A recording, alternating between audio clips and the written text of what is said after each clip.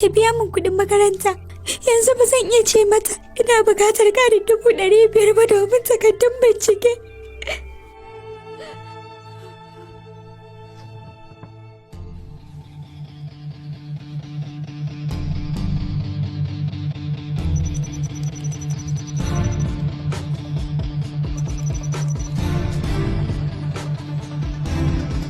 Ba fa za mu iya lamuntar wannan ba.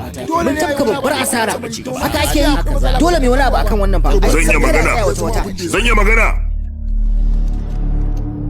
Kenan yanzu ba ku so ku ci gaba da kasuwanci da mu? Kuna so ku yanke duk wata alaka? Amma kafin ku yanke hukunci, ina so ku kalli wannan. Na tsawon shekaru adadin mutanen China ya haura na India. Amma a yanzu ya kusa zamowa ɗaya. Zuwa gaba, ƙasar da za ta fi yawan adadin mutane a duniya, India ce. Bugu da ƙari, ku ƙasa ce mai fitar da kaya. India kuma ƙasa ce mai shigo da kaya.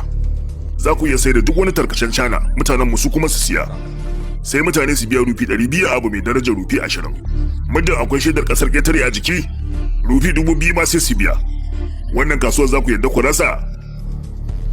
Dakatar da manhajojin ƙasar China. Dakatar da shigo da kaya. Gwagwarmayar adawa da China mai ruwa da tsaki a kai mutum ɗaya ce.